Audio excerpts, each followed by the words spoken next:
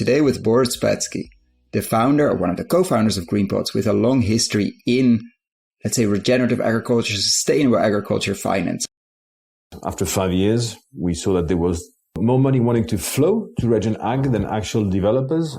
I felt more compelled to go back to operations than stay as a financier, and was definitely finding land, finding the right irrigation equipment, the right genetics.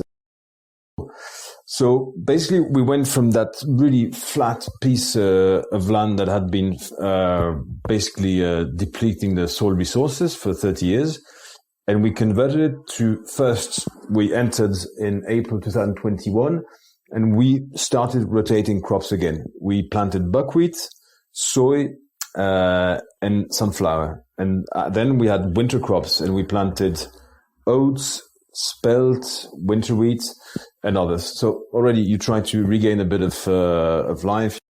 So 1 million equity. We just got 1 million in debt from a syndicate of French banks made of Crédit Agricole and Banque Populaire.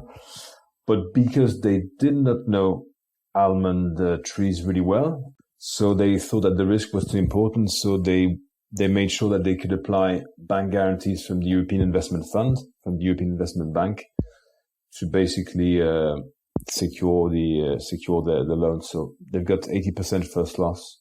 It's called Guarantee Enough in France. It's a program. So banks basically apply to the European Investment Fund, and they apply guarantees on the back of the loans they disburse. And then, so they don't take any risk, basically. I like, nuts because they're non-perishable. So it reminds me of my years in coffee and cocoa. You can store them. I wouldn't be able to do, fresh fruit because I think, there's a certain anxiety after 24 hours, that you've only got 24 more hours left before it rots. So, I'll stay away from this business. It's for really, artists. I would, ask people to reallocate some of their disposable income to food. I think that people have forgotten that you've got lots of different ecosystem services provided by agriculture, between water regulation, air regulation, CO2 capture. In the 50s, maybe the share of disposable income that a household would put in its food was 30%. First, I would choose a geography that I love, which is Central Asia. You've got Uzbekistan, you've got Tajikistan, you've got plenty of water in the Himalayas, 2 huge rivers flowing, which are called the Amudari and Sirdarya. And with 1,050,000,000 euro capex, I think you could do what? I'm missing the zeros. 200,000 or not, 20,000 hectares, or you could do a lot.